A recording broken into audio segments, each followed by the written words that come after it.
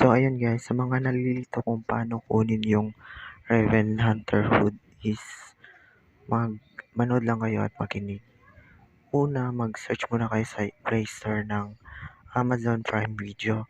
I-download nyo yun at pagkatapos nyo mag-download, i-open nyo lang. Then, mag-login or mag-register kayo.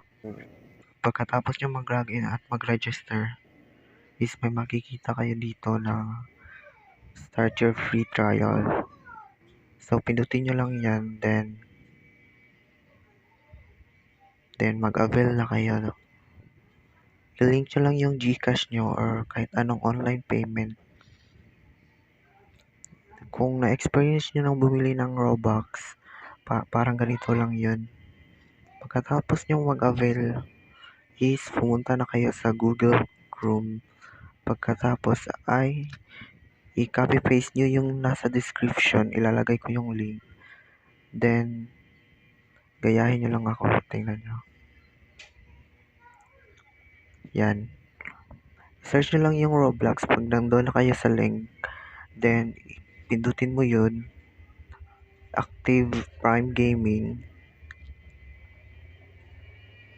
Wait lang natin. Pagkatapos mong ma-active yan, may ibibigay na code yan. Then, yan ang i-redeem mo sa promotion code sa Roblox. Pamilya naman tayo lahat, di ba? So, pagkatapos mo doon, is antayin mo lang na ibigay yung code. Matagal kasi mag-load kasi ang hina ng wifi ko. Then yun, claim code. Pagkatapos ibibigay na yung code.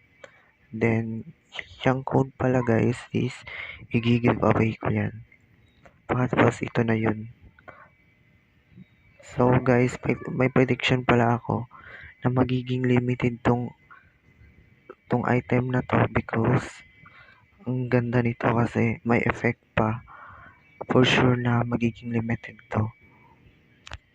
Yun nga, thank you for watching guys. Babu! Don't forget to subscribe.